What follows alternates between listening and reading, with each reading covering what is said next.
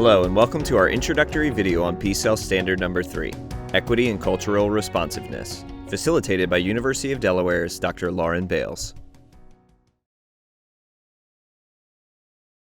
Equity, as a professional standard of school leaders, is one of 4 driver standards, along with mission, vision, and core values, ethics and professional norms, and school improvement. While these standards fall under different DPAS rubric categories, they can together be thought of as the moral and professional conscience of the school leader. They set direction, establish appropriate boundaries, and engender new ideas for how to lead. In order to acknowledge the importance of equity and cultural responsiveness to school leadership, we have to acknowledge the pervasive presence of inequity and the enduring damage that can be caused by cultural marginalization.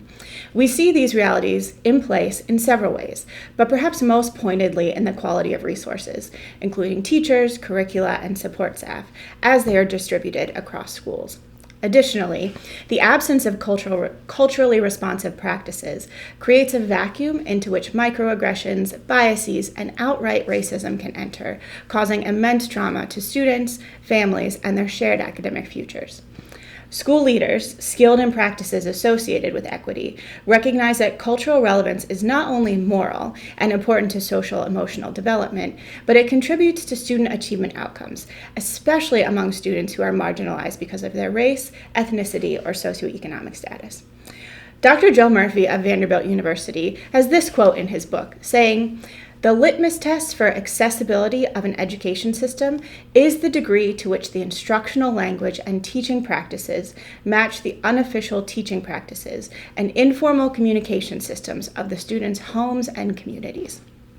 It would appear that if we are to hear students' voices, we must be willing to explore culturally relevant forms of teaching. What does this mean? Simply that accomplished school leaders recognize that students and families bring with them assets and expertise that school personnel can sensitively and graciously integrate into the organization's instructional practices. This is reflected in PSEL Standard 3 and in DPAS Component 2, called Leadership for Self and Others. What then is visible in a school where equity is valued and cultivated? First of all, cultivating equity and cultural responsiveness in a school goes beyond analysis of a subgroup to thinking about policies that address educational equity, which would be developed according to the new rubric, to collaborating with stakeholders in the community, such as parents, elected representatives, or community leaders, to create and refine policies that address educational equity. These are qualities and activities associated with emerging on the new rubric. Continuing up the spectrum of expert professional practice, we'll see leaders monitoring the systems they have refined and implemented to ensure that outcomes for all students are more equitable and building the capacity of their colleagues to protect and further refine the work. These are accomplished leaders. Finally, a distinguished leader in this capacity might be working toward aligning all of a school's systems with the equity policies and institutionalizing those systems. An accomplished or distinguished leader in this dimension is one who regularly interrupts, calls out, and repairs patterns of bias, marginalization, or deficit-based thinking about students or school personnel. On the contrary, this leader is quick to recognize the ways in which diversity is associated with individual assets and the ways in which individual differences strengthen the school as an organization.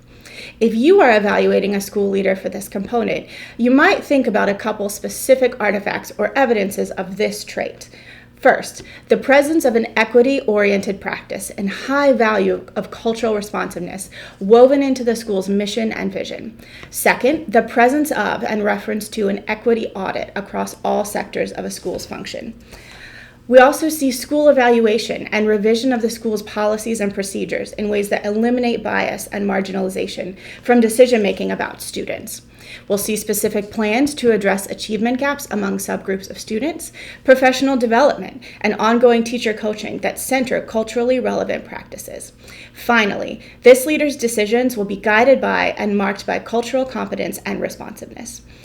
A skilled leader in this regard is one who moves beyond simply fairness across a school's diverse population to celebrating that diversity and welcoming the many skills, attributes, and assets represented by individuals with varying skin colors, backgrounds, orientations, and abilities.